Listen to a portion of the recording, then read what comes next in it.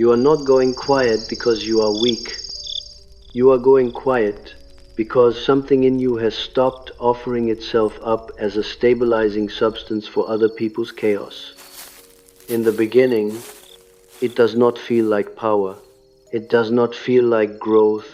It feels like a strange reduction of impulse. The familiar reflex to respond, to explain, to soften, to repair. The atmosphere begins to stall. A pause appears where you used to rush forward. Your body delays. Your mind becomes still in a way that is not peaceful, but decisive. And because you have lived so long inside a nervous system trained to earn safety through emotional labor, this stillness can feel like danger. You notice it in small moments first, where it would have been automatic. Someone sighs with irritation in the next room, and you do not get up to fix it. You hear the edge in their voice, and you do not scramble to adjust your tone. A message arrives that carries an unspoken demand, an invitation to explain, to reassure, to perform closeness, and instead of answering immediately, you stare at it and feel nothing in particular, not because you do not care, because the old contract is weakening and your organism does not know yet how to interpret what it means when you stop paying. This is what most people misunderstand about the empathic psyche. They believe your sensitivity is a gift that pours outward like light.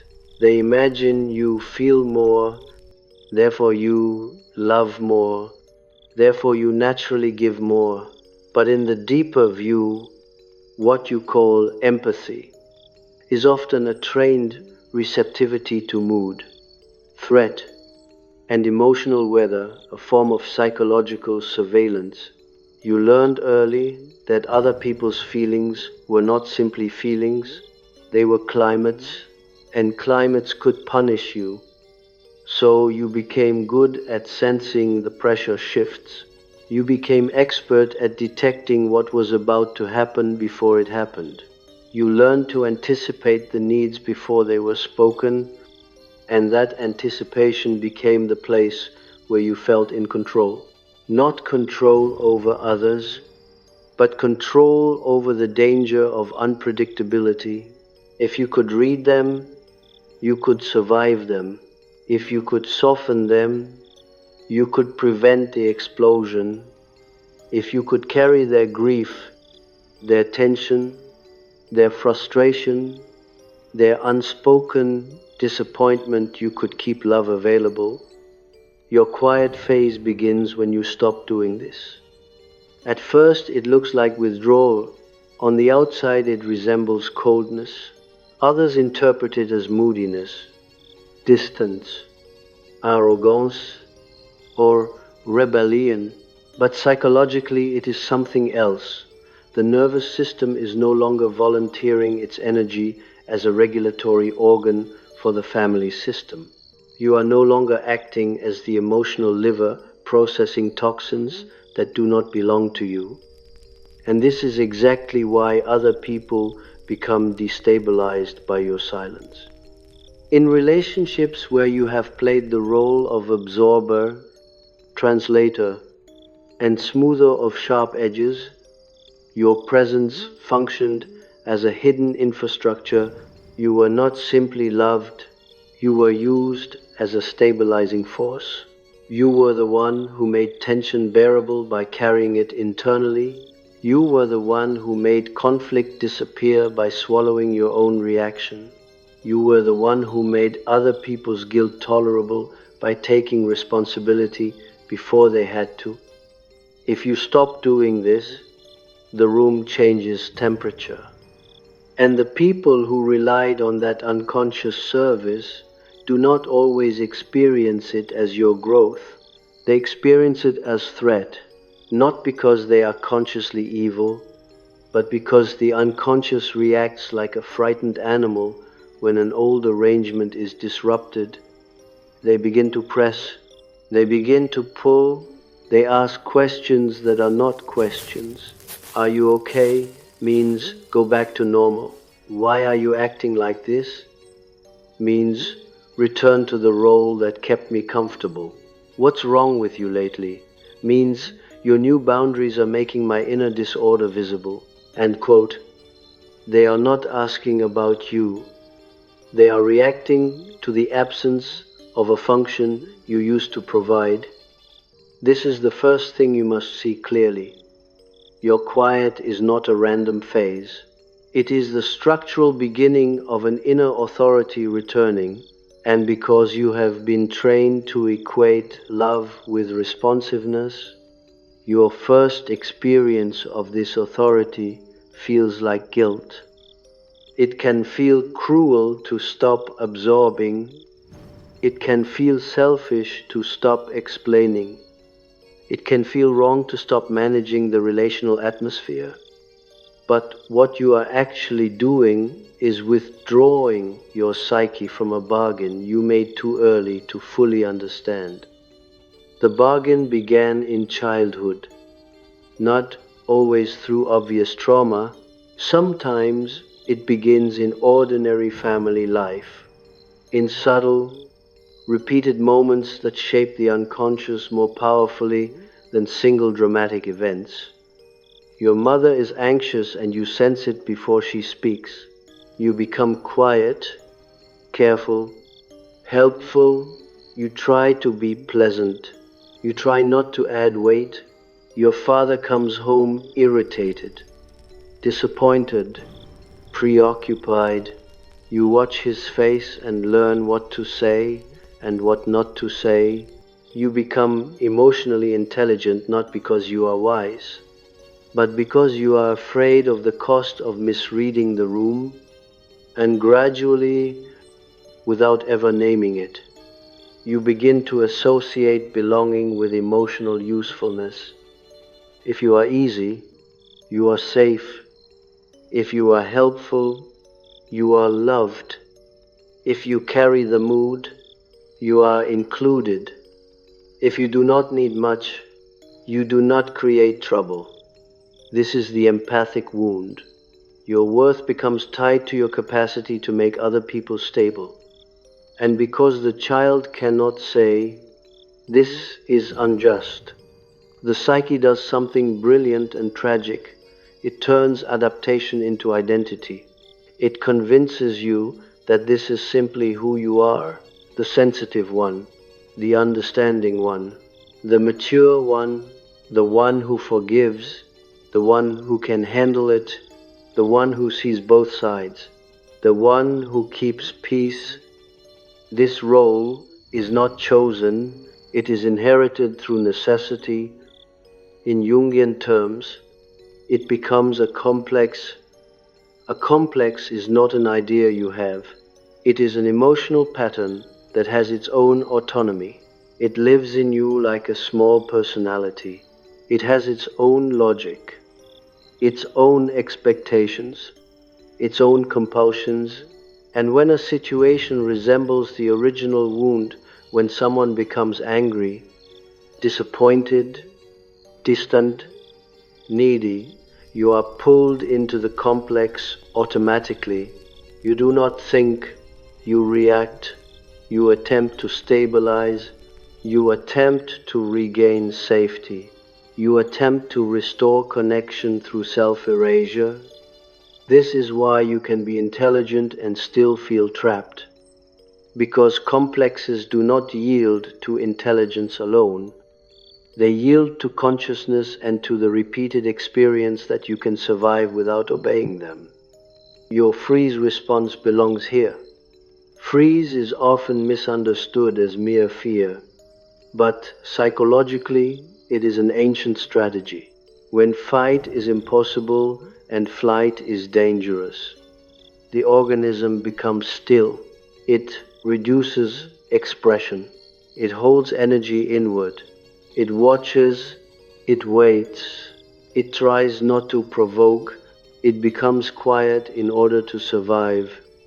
Many empaths believe they are peaceful people. No, but they are often freeze-trained people. They learn to become emotionally invisible to stay safe inside other people's moods. They learn to hide their needs. They learn to move softly in the presence of volatile authority. They learn to go still when something became too charged. And later, in adulthood, they call this stillness maturity. Further, they call it not being dramatic. Is cool. They call it being the bigger person. It's a. But underneath, it is the same early mechanism. If I do not move, I cannot be attacked. If I become small, I will not be rejected. If I absorb, I will not be abandoned. So why now, when transformation is actually happening, does the freeze response appear again? Because the psyche uses what it knows.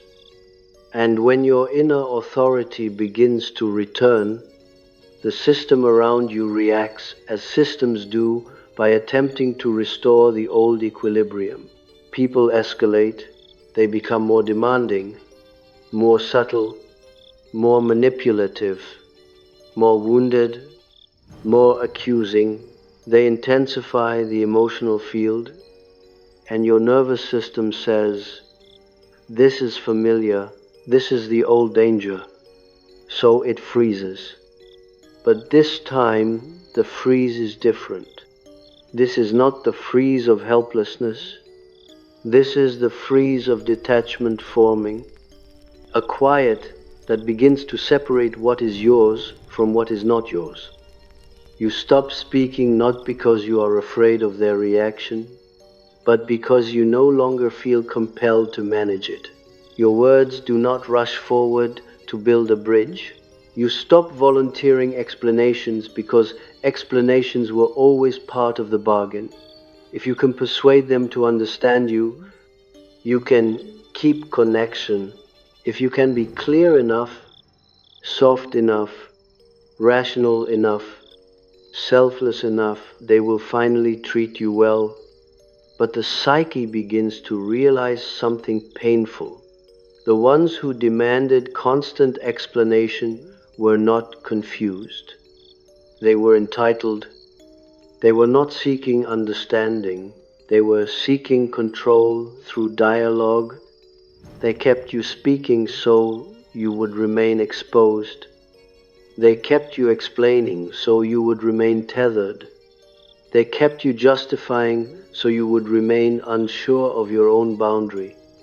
And you, in your empathic innocence, believed communication was the cure.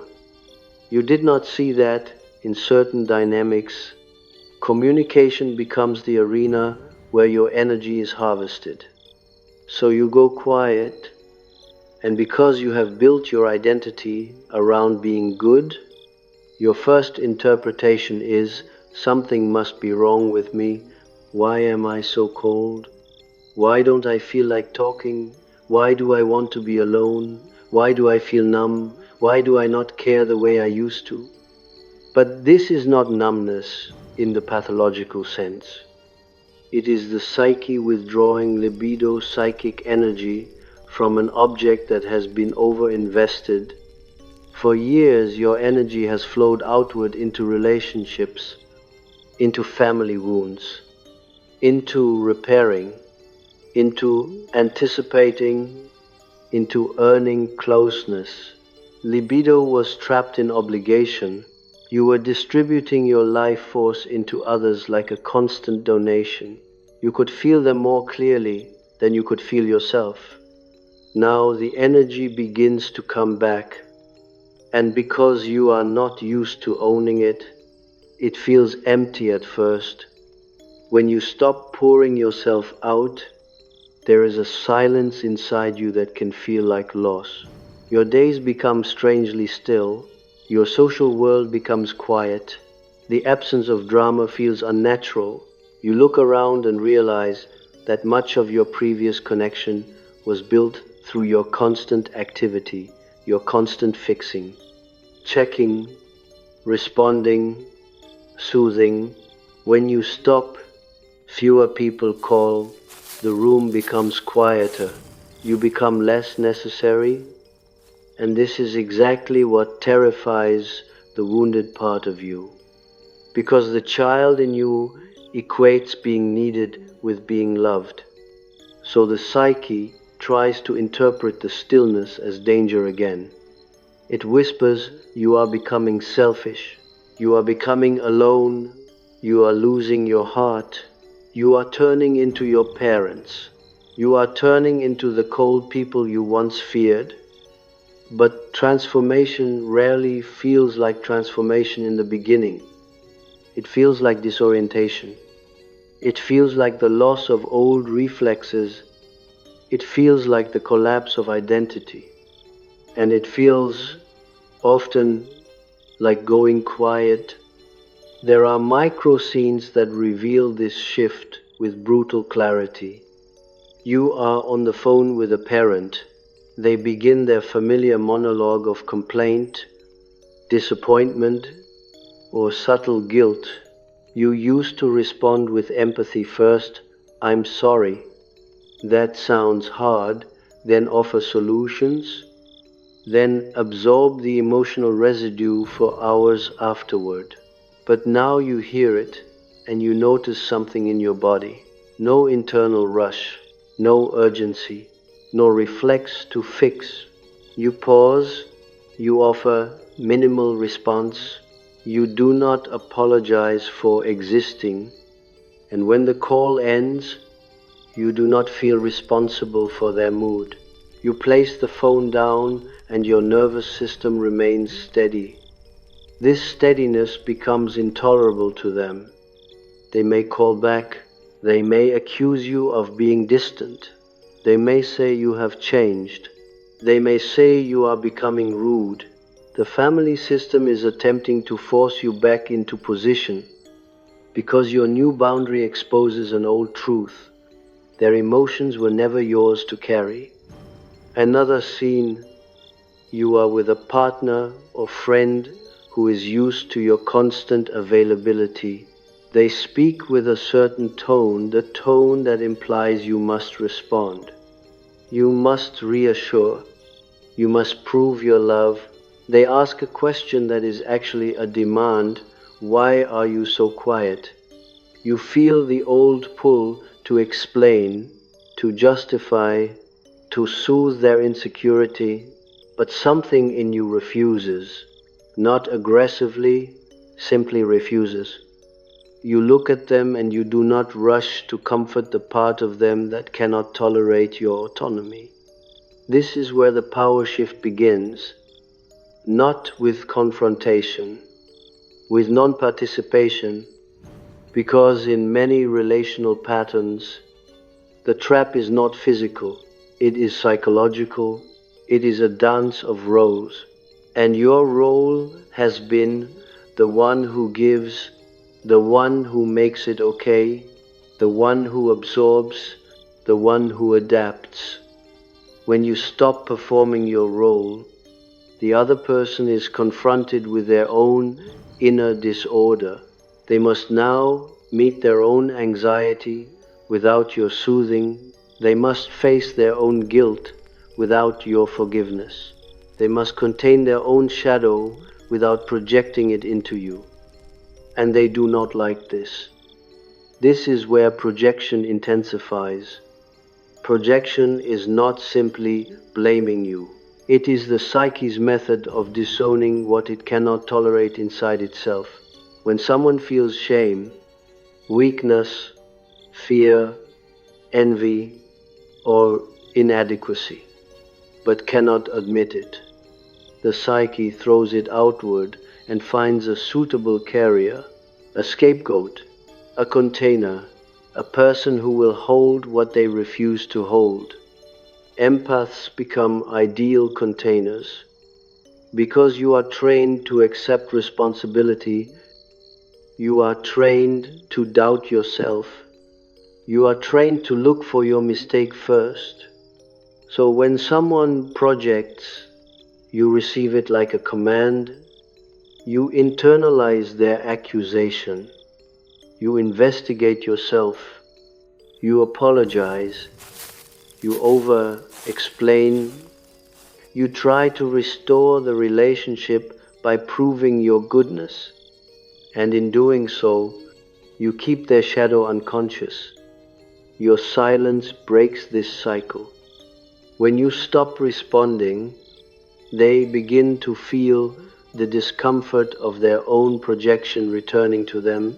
It rebounds, the accusations become sharper, the guilt trips become louder, the subtle manipulations become more emotional. This is not because they are suddenly more evil. It is because the unconscious is panicking. It has lost its storage unit. You have stopped functioning as the dump site for what they cannot integrate.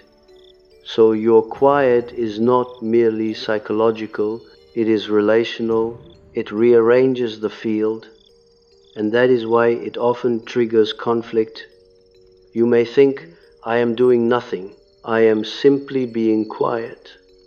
But in complex dynamics, doing nothing is an act, not because you are controlling them, because you have removed a predictable pattern they relied upon. And predictability, for wounded people, feels like safety. Your compliance was predictable. Your forgiveness was predictable. Your guilt was predictable. Your self-doubt was predictable. You were easy to manage because you managed yourself. Now you do not. Now you sit in your own nervous system. Now you do not rush. Now you do not give immediate access. Now you do not explain your boundary into existence. You simply have it. This destabilizes the old bargain. And the bargain is always rooted in early parental complexes. The mother complex, the father complex, these are not abstract theories.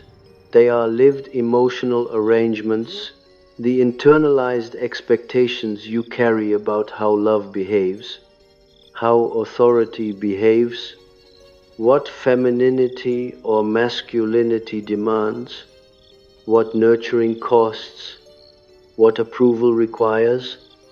If your mother was emotionally hungry, you learn that closeness is earned through caretaking.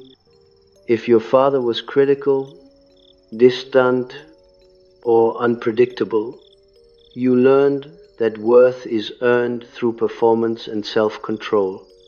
If one parent was absent, the psyche may spend years unconsciously attempting to recreate that absence in adult relationships. Not because you enjoy pain, but because repetition is the psyche's attempt at mastery. It returns to the wound hoping to finally change the outcome.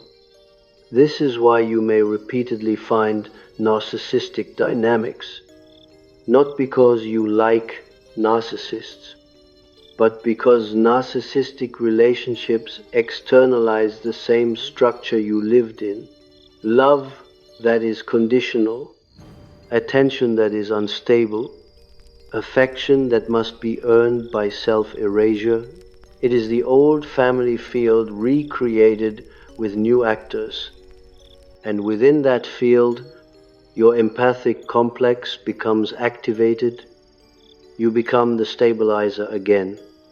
You become the one who tries harder. You become the one who doubts themselves. You become the one who takes responsibility for both sides. And you call this love, but deep inside you, another part of you knows it is self-betrayal. This is why the quiet phase feels so significant. Because it is not merely silence, it is the first visible sign that the psyche no longer believes in the old definition of love. When you stop speaking, you are also stopping a certain kind of consent. Consent to be pulled into their mood. Consent to be interrogated. consent to be guilted, consent to be managed, consent to be responsible for a relational equilibrium that was never reciprocal. In the beginning, this silence does not come with clarity. It comes with confusion. You may not yet know what you feel. You may not yet be able to articulate what is changing, but the body knows first. The body withdraws. The nervous system refuses to offer itself. This is why you can be quiet and not know why. You can be tired of conversations you used to tolerate. You can be uninterested in explaining. You can feel repulsed by subtle manipulation. You can suddenly notice how much of your life was spent negotiating for respect, and you may not yet have language for it. But you are transforming, and the freeze response is not the enemy here. It is the transitional mechanism between an old self that survives through adaptation and a new self that survives through inner alignment. You freeze because the psyche is reorganizing. It is redistributing energy. It is pulling libido out of external demands and returning it to the self. The self, what you might call inner authority, is not an attitude. It is not confidence. It is not bravado. It is the psychic center that can hold tension without collapsing into compliance or aggression. It is the capacity to remain upright internally even when the relational field becomes unstable. This is what is being built in you. And the first stage of building it is always uncomfortable, because you must tolerate the withdrawal symptoms of people-pleasing. You must tolerate being misunderstood. You must tolerate the accusation of coldness. You must tolerate the fear that if you do not explain, you will lose love. This is why you may feel an unusual guilt when you go quiet. The guilt is not evidence you are wrong. It is evidence you are breaking a contract. The contract was, I will carry your emotions, and in exchange, I will belong. Now you are withdrawing your payment. Now you are becoming less viable, and the unconscious, the part of you trained to survive through attachment, panics at the thought of losing belonging. So it whispers, respond, fix, soothe, apologize, explain, make it okay. But the new authority in you does not move. It remains still, and that stillness is the beginning of a new kind of power, one that is not performative, not reactive, not dependent on anyone's approval. The people around you will test it. They will push harder. They will become more dramatic. They will say, you have changed, that you are not the same, that you are selfish, that you are cold. They will provoke you into the old role, because if they can make you speak again in the old way, apologetic, explanatory, accommodating, then the old system returns and their discomfort ends, and for a while you will feel tempted to give them what they want, just to restore peace. But peace bought with self-erasure is not peace. It is submission, and your psyche has begun quietly to reject submission, so you keep going quiet, not as a strategy, as a consequence, as an inevitable symptom of a psyche that has outgrown its own survival pattern. You may notice that even your voice changes. You speak slower, you speak less, you choose your words with more weight. You no longer fill silence to prevent discomfort. You allow pauses. You allow the other person's feelings to remain theirs. You stop performing emotional continuity. This is where emptiness enters, because when you stop managing others, you suddenly have more internal space. But if you have spent your entire life using space to monitor, anticipate, repair, then empty space feels unfamiliar. It can feel like depression. It can feel like numbness. It can feel like a void. But it is not a void. It is a field that has finally been cleared. And the clearing is necessary before inner authority can take root. The psyche does not build a new self on top of constant relational noise. It builds it in silence, in withdrawal, in the absence of old compulsions. This is why your quiet phase often coincides with a kind of social thinning. You may lose interest in certain friendships. You may feel less drawn to family gatherings. You may become allergic to superficial connection. You may feel irritated by demands that used to feel normal. You are not becoming cruel. You are becoming precise. And precision feels cold to people who benefited from your vagueness. Because when you were vague, you were easier to manipulate. When your boundaries were unclear, they could negotiate endlessly. When you explained yourself, you left openings. When you doubted yourself, they could keep you in dialogue. Now you stop giving openings. Now you stop giving evidence. Now you stop volunteering your inner world as a courtroom. And this is the subtle terror you trigger in others. They can no longer access you in the old way. They may still have your number. They may still be in your family. They may still share your bed. But psychologically, they feel you are becoming unreachable, not emotionally unreachable, structurally unreachable. Because the old hooks no longer work as reliably, so they intensify them. They become needy, dramatic, guilt-inducing, accusatory. They try to trigger your empathic reflex. They try to pull you back into repetition. They try to activate your complex. And you feel it. You feel the old familiar pull in your chest. The urgency to respond. The pressure to prove. The fear of being seen as bad. This is the exact point where transformation is decided. Not by what you say, by what you no longer do. You stop rushing to repair. You stop turning their feelings into your mission. You stop offering emotional labor as proof of love, and the psyche, in that refusal, begins to form a new internal axis. This is why the freeze response is so paradoxical. From the outside, it looks like shutdown. From the inside, it is containment. It is the psyche learning to hold its own energy instead of leaking it into every relational crack. It is the beginning of boundaries not as behavior, but as structure.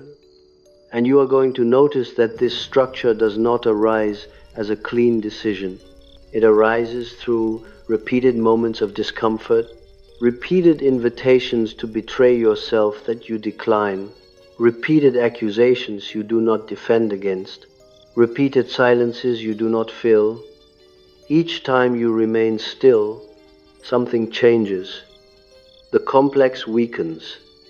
The projection loses its target. The repetition begins to break.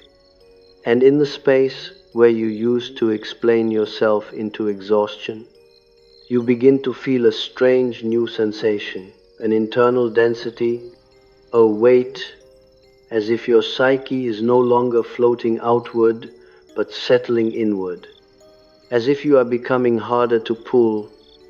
This is the beginning of the quiet power shift, and it will not feel glorious. It will feel like losing something, because what you lose is an identity you believed was love, and as this identity collapses, you will begin to see something else, something that has been hidden under your empathy for a very long time. The reward you once received for self-betrayal, the unconscious benefit that kept the pattern alive, the way your nervous system learned to feel valuable only when you were absorbing pain, because absorption was never only suffering. It was also a form of psychological control, a way to stay necessary, a way to remain inside the field of belonging. And if you are honest, necessity has often felt safer to you than freedom. This is the part most empathic people resist seeing. You tell yourself that you give because you love, you tolerate because you understand, you stay because you are loyal, and in many cases, this is partially true, but the unconscious is rarely pure. It is layered. It contains motives that do not match your conscious self-image. And until you can see the hidden reward beneath self-betrayal, the pattern remains alive, because the psyche does not repeat what gives it nothing. So you must look without sentimentality. When you abandon yourself to keep a relationship, what do you receive? Not peace, not respect, not reciprocity. You receive something subtler, a feeling of being needed, a feeling of having a function, a feeling of having value through usefulness. The wounded psyche calls this love because it is the closest thing it knows. In early life, being needed may have been the only reliable path to connection. Perhaps your parent did not respond to you when you were simply a child. They responded when you were helpful, mature, quiet, pleasing, competent. They responded when you adapted yourself around their needs.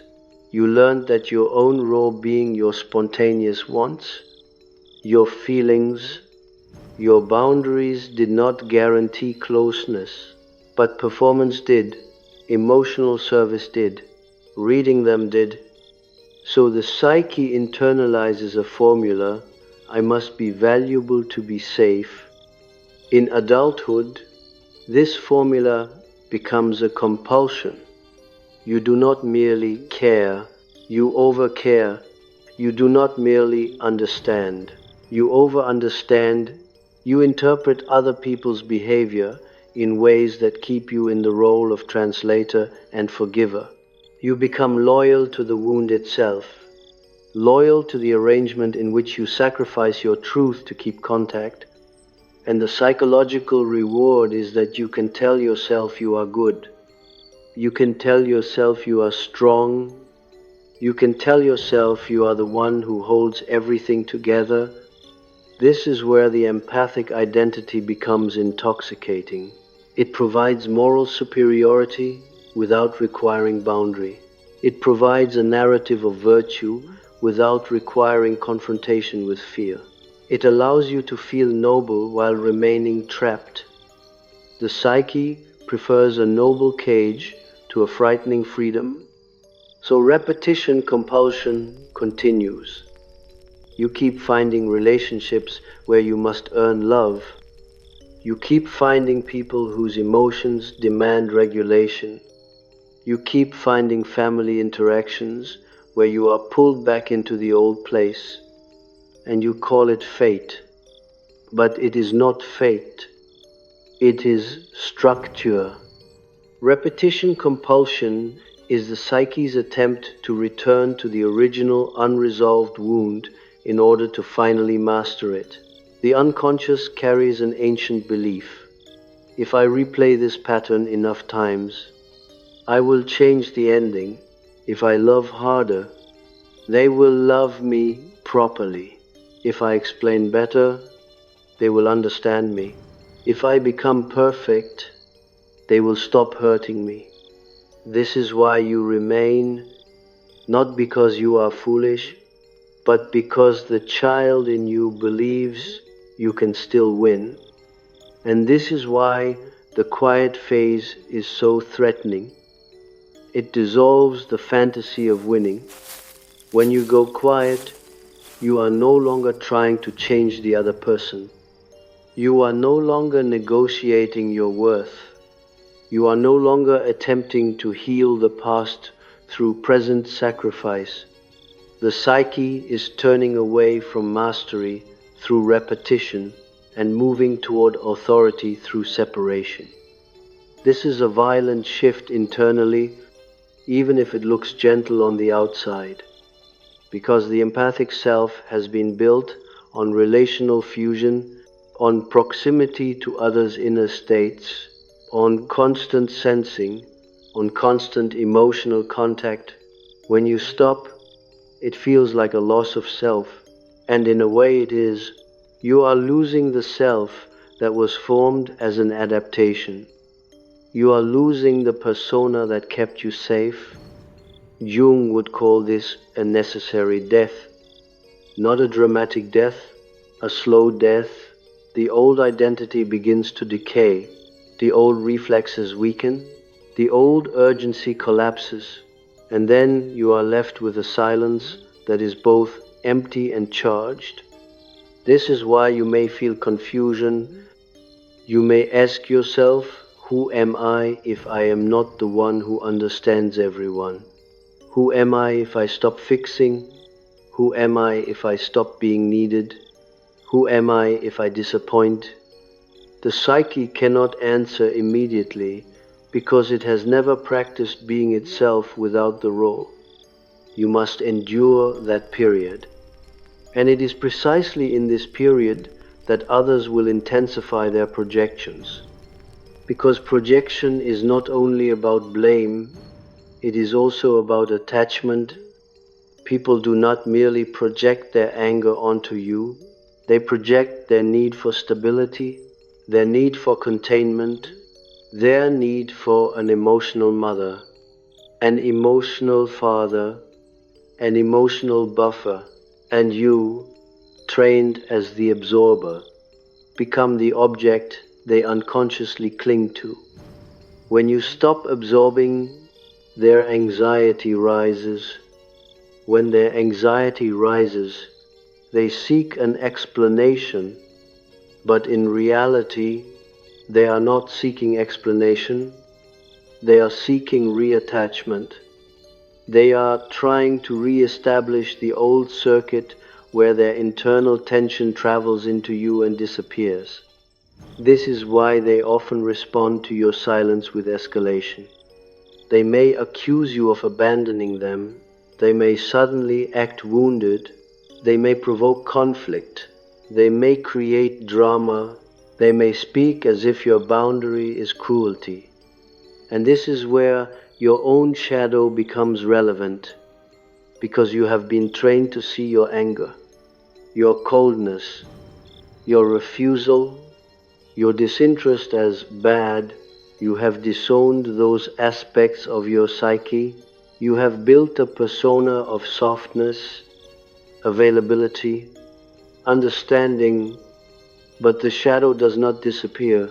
It waits, it accumulates pressure beneath the persona, and in the quiet phase, you begin to sense it, a coldness, a sharpness, an unwillingness to accommodate. The empath often panics here, believing they are becoming heartless, but what is occurring is something more precise. You are encountering your disowned boundary energy, the energy you have pushed into the unconscious because it threatened belonging. Anger in its clean form is not cruelty. Anger is the psyche's capacity to say no. It is the life force that separates self from other, but in early life, your no may have been punished. So you learn to bury it. You learn to turn it into guilt. You learned to translate it into understanding. You learned to be above anger. Now it returns, not as rage necessarily, as stillness, as refusal, as a lack of impulse to reassure, and you will notice that others do not like the return of your anger energy even when it is silent. They sense it. They sense that you are no longer pliable. This is why the power shift feels so quiet and so disruptive at the same time. You are not fighting, you are simply not moving. And not moving is exactly what the old system cannot tolerate, because it relied on your movement toward them, your movement into repair, your movement into self-doubt. Now you do not. So what happens next is often a strange interpersonal distortion. The people around you may behave as if you are attacking them when you are doing nothing. They may say you are making them feel guilty when you have not mentioned guilt. They may claim you are punishing them with silence when you are simply not available for the usual emotional labor. They may label you as cold, selfish, arrogant, distant. This is projection again, but deeper, because what they cannot tolerate is the feeling of being faced with themselves. Your quiet holds up a mirror, and many people would rather attack the mirror than look into it. If you are an empath, your old reflex has been to correct their perception, to explain that you are not punishing, to reassure them that you still care, to prove your goodness. But each time you do that, you return to the bargain. I will offer emotional labor so you will not feel uncomfortable. And transformation requires you to tolerate their discomfort without rescuing them from it. This is where you will meet a new kind of guilt, the guilt of not being their emotional parent. Because the mother complex and father complex do not only live in you, they live in the relationship field. In certain dynamics, you have been unconsciously assigned a parental role. You soothe, regulate, forgive, understand, anticipate. You provide what the other person did not receive in childhood, and they cling to you because you become an external self-object, a replacement for their missing inner structure. This sounds dramatic, but it is common. The empath becomes an unconscious therapist, an emotional regulator, a substitute mother, a substitute father, and you have often accepted this role because it makes you valuable.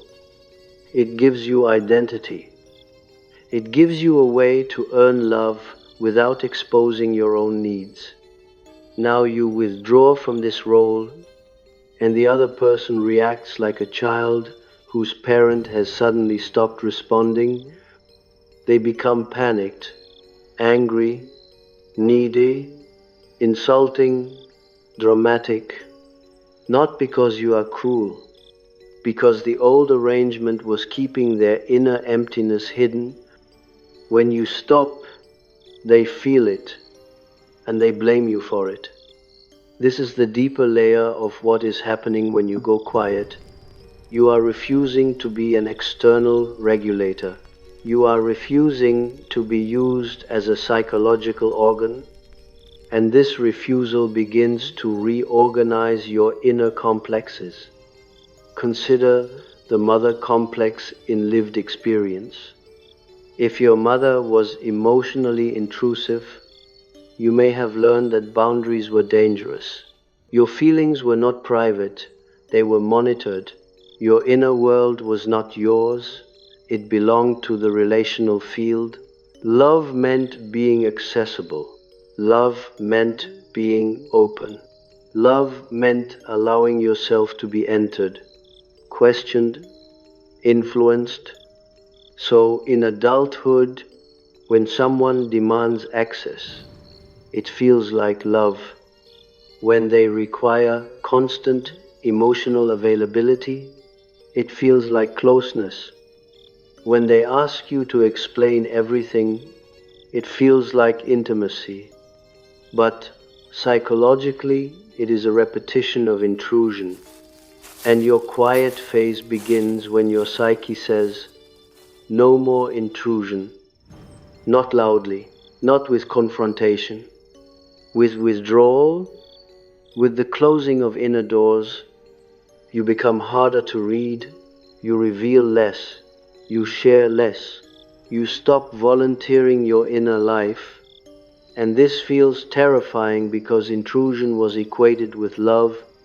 So your body says, if I close, I will be abandoned. But the self says, if I do not close, I will never belong to myself.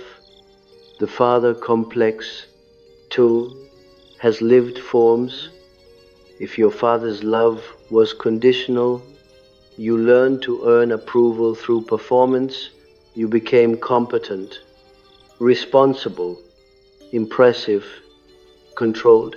You learned to anticipate judgment and preempt it. You learned to become flawless to avoid critique. In adulthood, you may enter relationships where you keep trying to prove your worth. You keep providing, achieving, explaining, improving. You treat love like a test you must pass.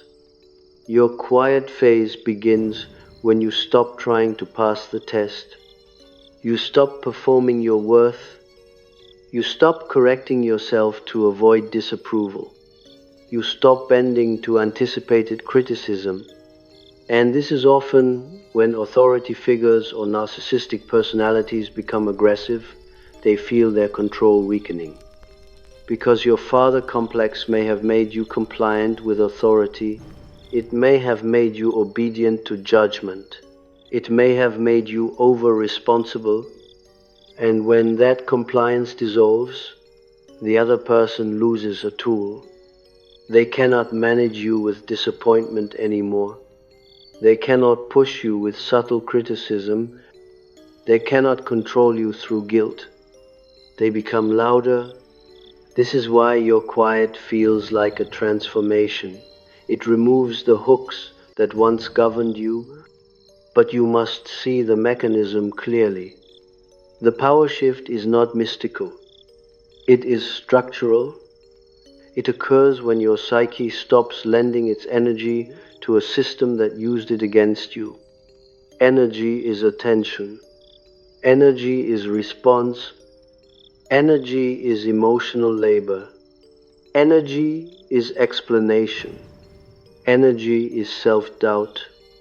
When you remove these, the relationship structure changes, not because you are trying to change it, because relationships are built out of energy patterns. If you stop paying, the contract ends. This is why you may observe something shocking. People who claim to love you become strangers when you stop absorbing. They become transactional. They become resentful. They act as if you owe them your softness.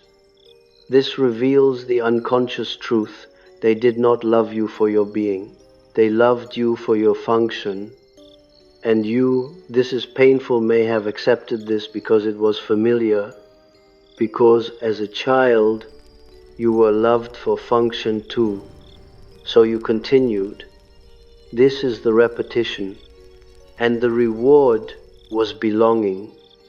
Not true belonging, but relational inclusion at the cost of self.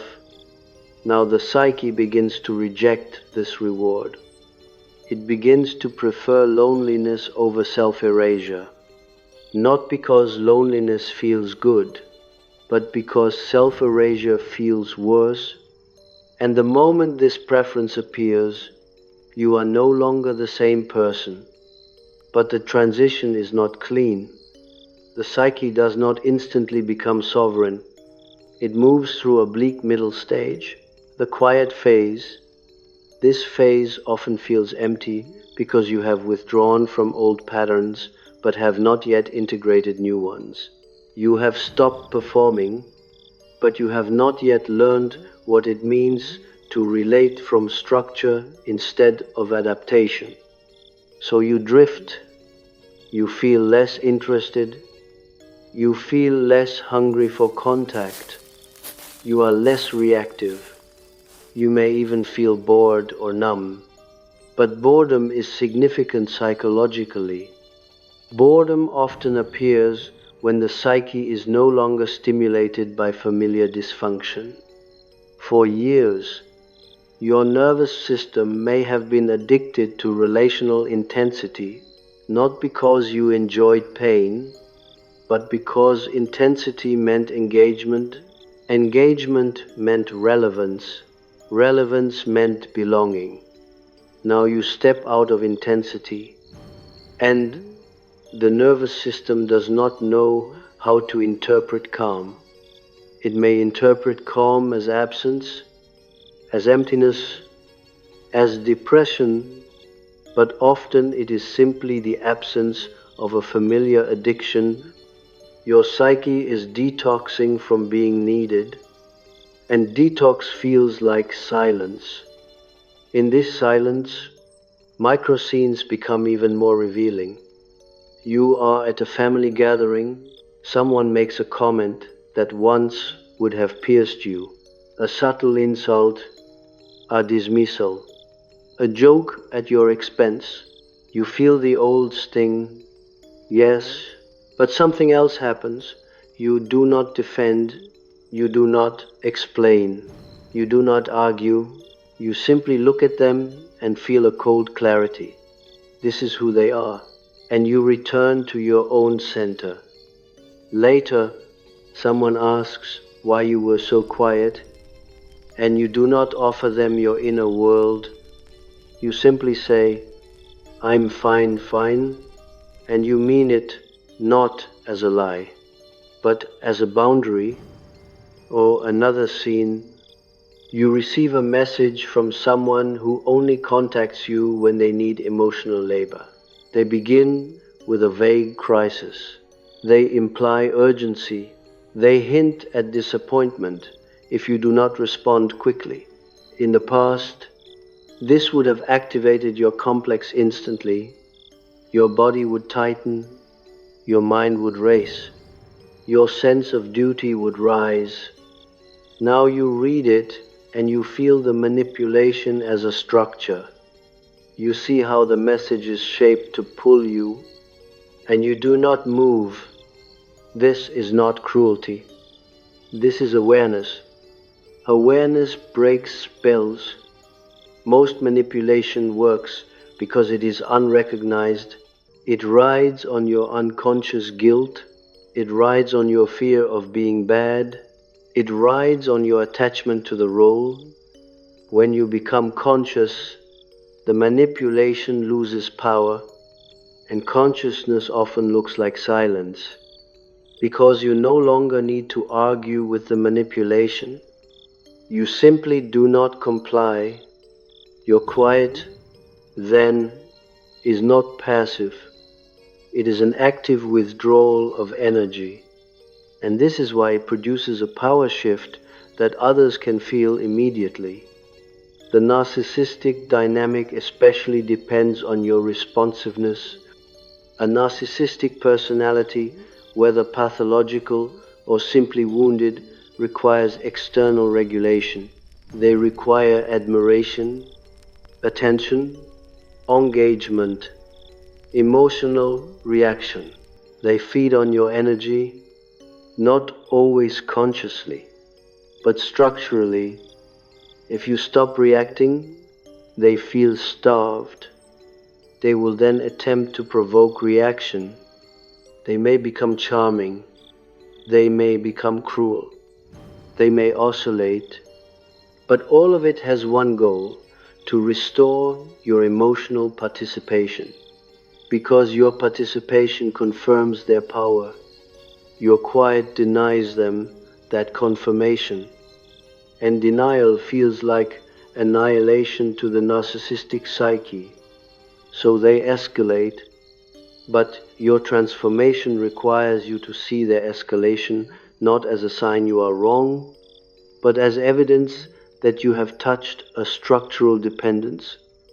You are no longer providing the fuel, and now they must face themselves. But here is where it becomes even more delicate internally, because your own psyche, trained to survive through fusion, will interpret their escalation as danger. It will whisper, if you do not respond, you will be abandoned. If you do not soothe, you will be punished. If you do not explain, you will lose the relationship, and you must tolerate this fear without obeying it. This is the psychological work of the quiet phase. Not to do something, to endure not doing, to endure the tension of not rescuing, to endure the pressure of being misunderstood, to endure the withdrawal symptoms of people-pleasing.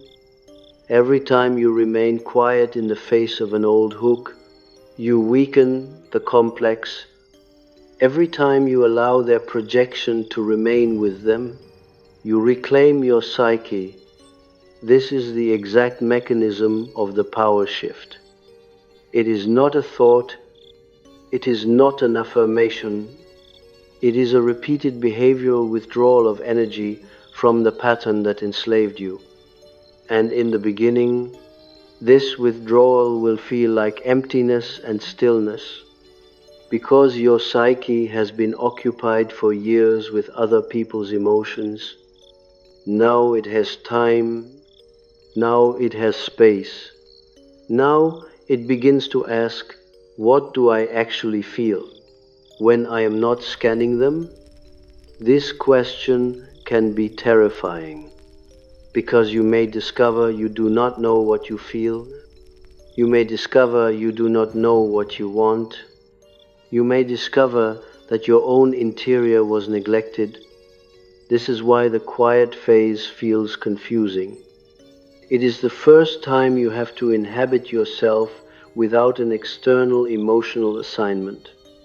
But if you stay in this confusion, if you resist the urge to fill it with old relational noise, something begins to form, an internal boundary, not as a decision, but as a sensation, a sense of mine and not mine that becomes visceral. And when this sensation forms, you will begin to notice something radical. You can love someone and still not carry them. You can be present and still not absorb.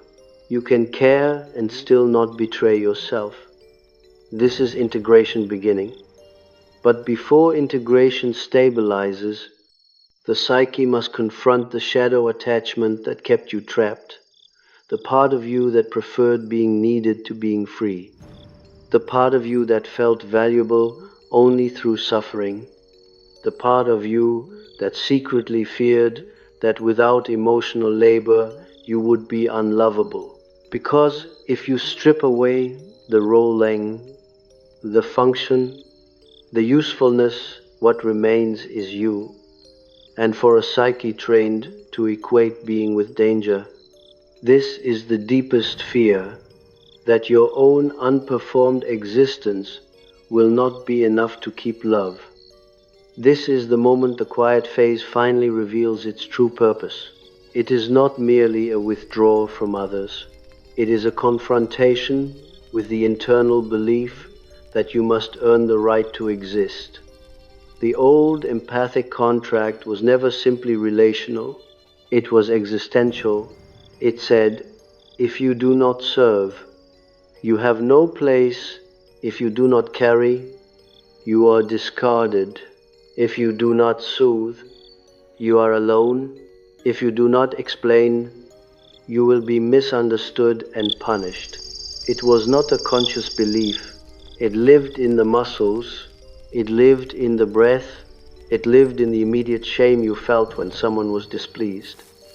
So when you stop absorbing, you do not just change behavior, you change the foundation of your identity.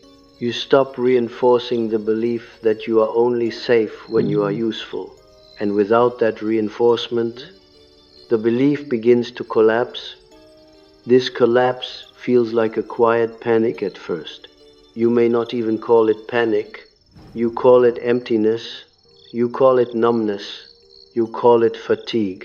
But underneath, something precise is happening. Your psyche is losing an addiction. Not an addiction to drama, but an addiction to relational certainty. The certainty that if you sacrifice enough, you will be included. The certainty that if you carry enough, you will be loved. The certainty that if you overfunction, your place in the system will remain secure. The system may have been painful, but it was familiar. Familiar pain can be seductive because it is predictable.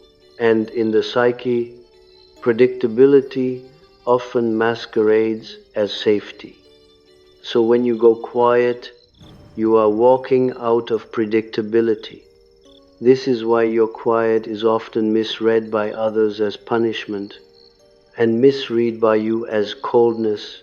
But it is neither. It is sobriety. It is the psyche stepping out of intoxication. You begin to see clearly how many of your conversations were actually negotiations of access. How many of your apologies were actually admissions of guilt for having boundaries. How many of your explanations were actually attempts to avoid abandonment. How often you spoke not to express truth, but to prevent someone else's discomfort from turning into rejection. This is a difficult recognition because it does not flatter you.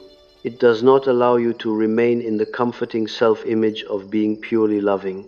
It reveals that your love has often been intertwined with fear, and fear cannot be the foundation of love.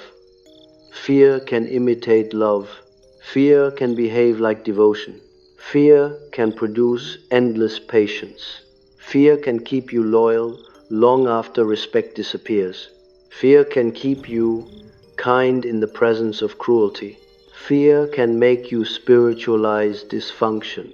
Fear can turn self-erasure into virtue. But fear is not love. Your psyche begins to distinguish them when you stop explaining. When you stop explaining, the relationship reveals its true structure. If the bond survives without your constant translation, reassurance, and emotional payment, then it was not dependent on your self-betrayal. If it collapses the moment you stop absorbing, then it was never a bond in the deeper sense. It was an arrangement, and an arrangement is not intimacy. It is exchange. You must not become bitter when you realize this. Bitterness would merely reverse the same bondage, keeping you attached through resentment. The task is to become precise. Precision is the opposite of bitterness. Precision sees without theatrics. It observes what is real and adjusts accordingly. This is what inner authority looks like. Inner authority is not dominance. It is not aggression. It is the capacity to recognize reality without needing to modify yourself to endure it. When you are not sovereign, you require distortion to stay connected.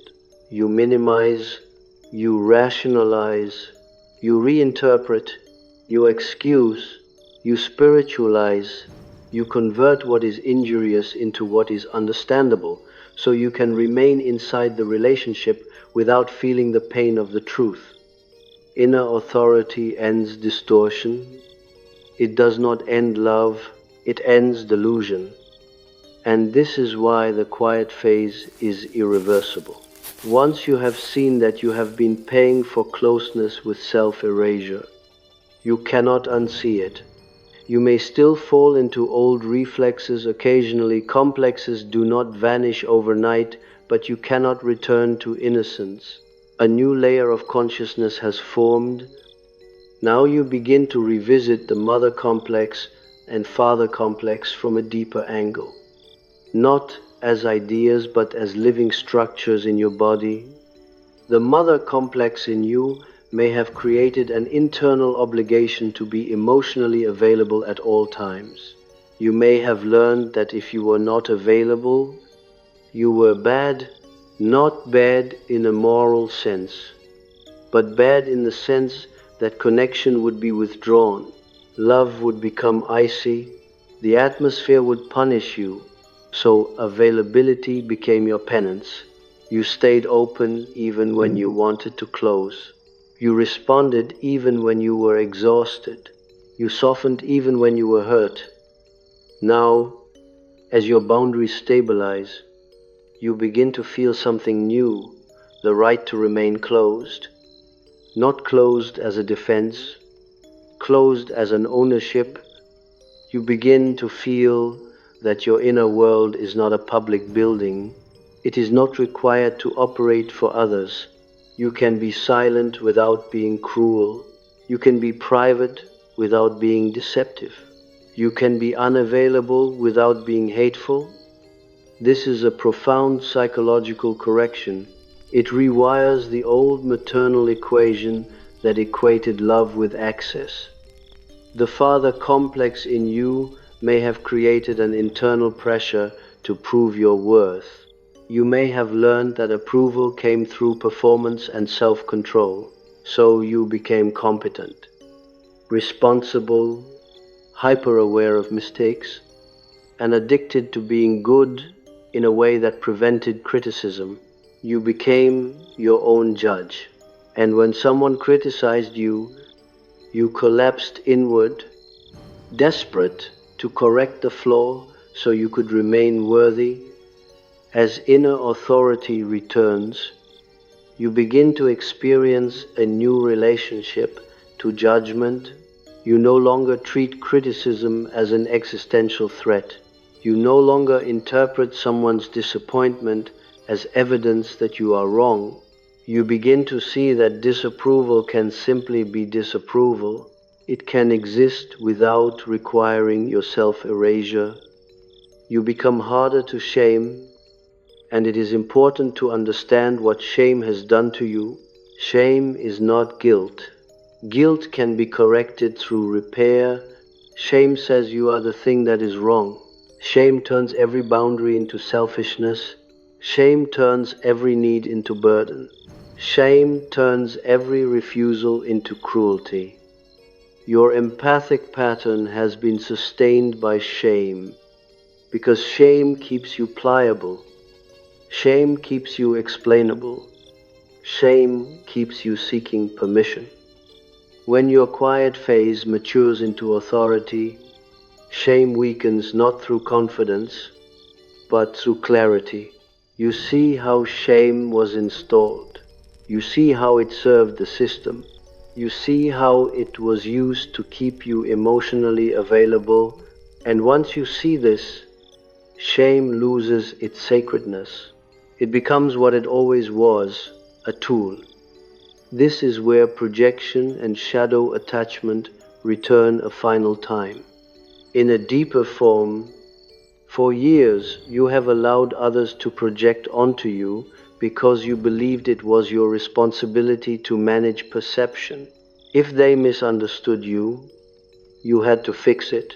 If they thought you were cold, you had to prove you were warm. If they accused you, you had to defend. If they were upset, you had to soothe. That was the old game. Inner authority ends the game. You begin to let their projections exist without rushing to dismantle them. This does not mean you become indifferent. It means you stop treating other people's unconsciousness as your job. And because people are accustomed to your labor, they will interpret this as a loss. They will often become more dramatic in their interpretation. They may say, "You don't care anymore." Enforced, they may say, "You changed." We call enforce. They may say, You think you're better than everyone. Oh, they may say, you're selfish, tries. These are not facts. These are the psyche's attempts to pull you back into the old role by shaming you. And here is the crucial turning point. You stop arguing with shame. You stop presenting evidence of your goodness. You stop submitting your soul to their courtroom. This is not arrogance, it is dignity. The empath often confuses dignity with cruelty because dignity was not allowed in childhood. In childhood, dignity was punished. Autonomy was punished. The only safe path was submission disguised as kindness. Now you discover that you can remain kind while refusing submission. This is the integration you have been moving toward. Integration is not becoming cold. Integration is becoming weighted. A weighted psyche does not rush. A weighted psyche does not over-explain. A weighted psyche does not become hypnotized by other people's moods. A weighted psyche can hold compassion without dissolving into caretaking. This is the exact difference between love and self-betrayal. Love recognizes the other as other. Self-betrayal collapses you into the other. Love respects boundaries. Self-betrayal confuses boundaries with abandonment. Love is stable. Self-betrayal is reactive. Love does not require you to disappear. Self-betrayal does. You know you are integrating when your kindness no longer costs you your center. This is what the quiet phase gives birth to, a new internal center. You begin to experience relationships differently. You no longer feel pulled into every emotional wave. When someone is upset, you can listen without absorbing. When someone is disappointed, you can remain present without apologizing for existing. When someone misunderstands you, you can correct if necessary, but you do not require their understanding to remain intact internally. This is not detachment as avoidance. It is detachment as differentiation. Differentiation is the mature form of love. It says, I can care about you without merging with you. I can be with you without losing myself. I can witness your pain without taking responsibility for it. And you begin to see the old pattern more cleanly. You begin to recognize repetition, compulsion, as soon as it begins. You notice when someone tries to pull you into emotional labor. You notice when they use vagueness and urgency to provoke guilt. You notice when they demand explanation as a way to maintain control. You notice when the dynamic begins to resemble the original wound. And the most significant change is this: you no longer need to resolve it through conversation. This is subtle but essential. The empath often tries to resolve everything through dialogue because dialogue feels like redemption. If I can just explain my inner world correctly, they will finally see me. If I can just articulate the pattern, the relationship will transform. If I can just communicate in the perfect way, love will become safe. But dialogue cannot redeem what is structurally unsafe. Dialogue cannot convert entitlement into reciprocity. Dialogue cannot turn a person who needs you as a function into a person who loves you as a being. It is not that communication is useless. It is that, in certain dynamics, communication is the mechanism of your captivity. You begin to understand this, and your psyche stops offering itself through words. Silence becomes your truth, not because you are avoiding, But because you are no longer bargaining, bargaining was the essence of your old wound. I will give up myself in exchange for belonging. Now you see that belonging purchased at that price is not belonging, it is captivity. So you stop bargaining. This is what quiet power actually is, not a performance of strength, but the end of negotiation. In practical terms, it looks simple, it looks almost unimpressive. You stop responding immediately. You stop defending yourself against distorted interpretations. You stop volunteering intimacy to people who do not honor it. You stop rescuing adults from their own emotions. You stop being the first to repair a rupture you did not create. You stop apologizing for having limits. You stop explaining your no until it becomes yes, I'm Mort. This changes everything because it changes your internal posture. Your internal posture shifts from kneeling to standing, not standing against others, standing within yourself. When you stand within yourself, the field changes. Some people will leave not because you became cruel, but because you stopped providing the service they mistook for love. Some people will become angry, not because you harmed them, but because your boundary forces them to carry what they have avoided carrying. Some people will adjust. They will meet you differently. They will respect what is new in you. They will respond to your differentiation by differentiating themselves. And some people, often the ones capable of real intimacy, will quietly feel relief, because your new center allows them to be themselves without performing as well. Differentiation invites differentiation, but the central change is not in others, it is in you. You begin to feel clear, not euphoric, clear. You begin to feel internally upright, not triumphant, upright.